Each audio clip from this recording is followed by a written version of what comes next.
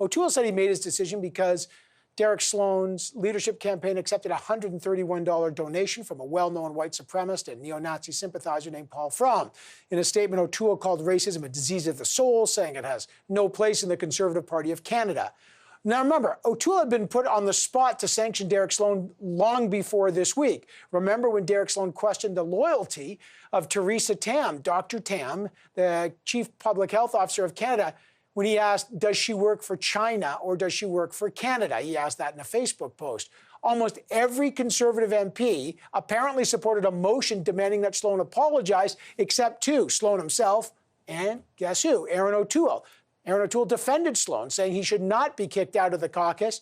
Clearly now that's changed. Now, Derek Sloan is fighting back. He released a lengthy statement of his own, saying that Paul Fromm made the donation, but he used the name Frederick P. Fromm, which obscured his identity. Sloan also claims that the Conservative Party knew that it was Fromm and even processed the donation themselves. They even let him, he says, vote in a leadership race. So they're being hypocrites. Now, CTV, and we've tried to confirm if Fromm was ever a member of this, the Conservative Party. As Sloan says, they will not confirm that to us. But Sloan also claims he's asked the Conservative Party executive director to refund the donation once it was brought to his attention.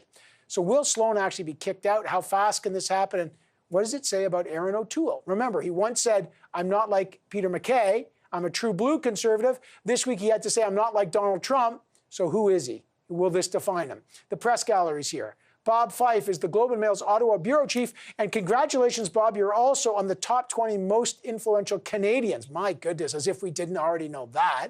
Congrats, Bob. That's a great honor.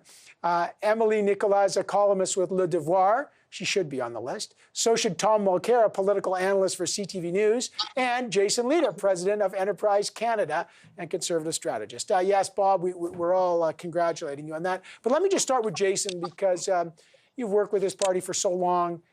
What do you make of Erin O'Toole's decision, what he's got to do, and Derek Sloan saying he's not going to go without a fight? Yeah, it's a messy situation, Evan, but this is what leadership is. It's you don't get paid the big bucks to make the easy decisions or the things that don't have any ripples to them. So if we ask the panel right now who thinks Derek Sloan was going to be a candidate for the Conservative Party in the next election, we would all say no. None of us would lift our hands up. So he's got a series of sort of crimes and misdemeanors against public opinion and or the Conservative Party generally, saying things that people wanted no part of. Erin's finally the leader. He's got a chance. And listen, whether it was this thing or something else, there was no chance, in my judgment, that he was going to make it to the next election as a Conservative candidate. This is a messy situation. It's going to get messy for the caucus. But Mr. O'Toole, I think, is making the right decision by doing it right now when everybody's thinking about other stuff, whether it's COVID, vaccines, all the things that people are worrying about right now. Get this out, cauterize the wound, and move on. And I think that's what he's doing. Tom Mulcair, you've been a leader.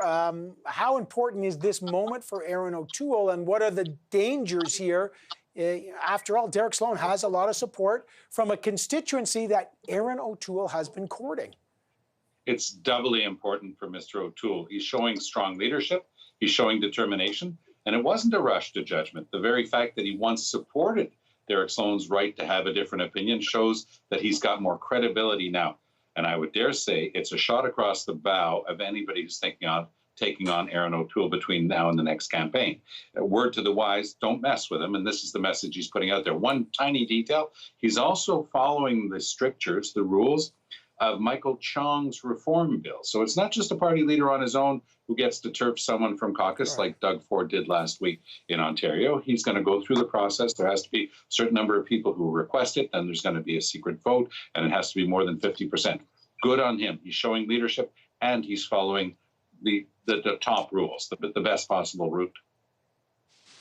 Yeah, I mean, that may work, although politically, Bob, just weigh in, speed must help. Speed is what Erin O'Toole wants to get this over with, but every minute longer this takes must benefit Derek Sloan to make his case. What do you make of this?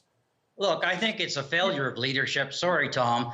He had an opportunity to deal with Derek Sloan many months ago when he became leader. This is a guy who questioned the loyalty of Theresa Tam, the chief public health officer, because she's Chinese. This is a guy who says wearing masks with this crazy conspiracy theory of his that it's a way to control you. His statements about LGBTQ people, it's just reprehensible.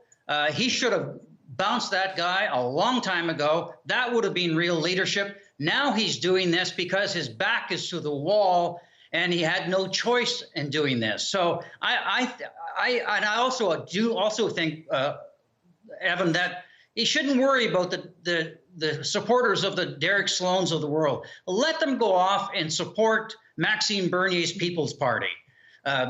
Those people you do not want in a mainline conservative party. Yeah, Emily, he's got to figure out about the role of social conservatives who like Derek Sloan.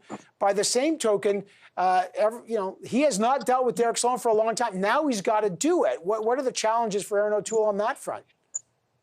I think the challenge is that because he's saying, or there's an understanding that the reason he's doing this right now, kicking him out of the caucus, is because of that $131 rather than the entire record of them.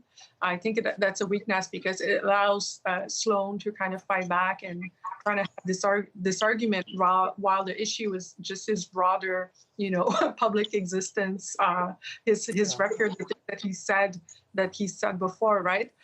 So I think it's tricky, just the way that it's unfolding. But I do think that it's not necessarily that everybody's looking at something else. With what happened on January 6th on the Capitol, I think there's an increased tension in Canada into the far right and people promoting hate speech. So as a result of that, I do think that the story is likely to gather more attention that it would have without the Capitol and the events in the U.S.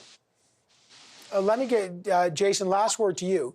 Every leader has to avoid being defined by their opposition. And clearly, Erin O'Toole is worried about how he's being defined right now. He had that statement, "I'm not like Donald Trump," over the weekend, and the Liberals are trying to paint me like that. Now he's trying to boot Derek Sloan out. Derek Sloan's going to fight back. He said he wasn't like, Peter MacKay earlier. So this is a pretty important moment, isn't it, for Erin O'Toole to define himself and his party? Yeah, terrific point. I think it's really important. I think, Erin O'Toole, the way Mr. Trudeau wants to describe Erin O'Toole as some sort of extremist, the way Mr. O'Toole wants to be known, and I think the man that I know and have known for quite some time is essentially, a veteran soccer dad who, is a pretty good neighbor and a pretty good leader. And so the fight between those two things is going to be very, very, very important. And I think that, Mr. Trudeau, no one's more unhappy with what happened today than Mr. Trudeau, by the way. We sort of, I asked this question earlier, who do you think, what helps for your opponents? I guarantee you the Liberals wish Derek Sloan were still in that caucus. He's gone. Mr. O'Toole's got an opportunity to define himself, but he's not getting much airtime. So he's got a really short window between now and the next election.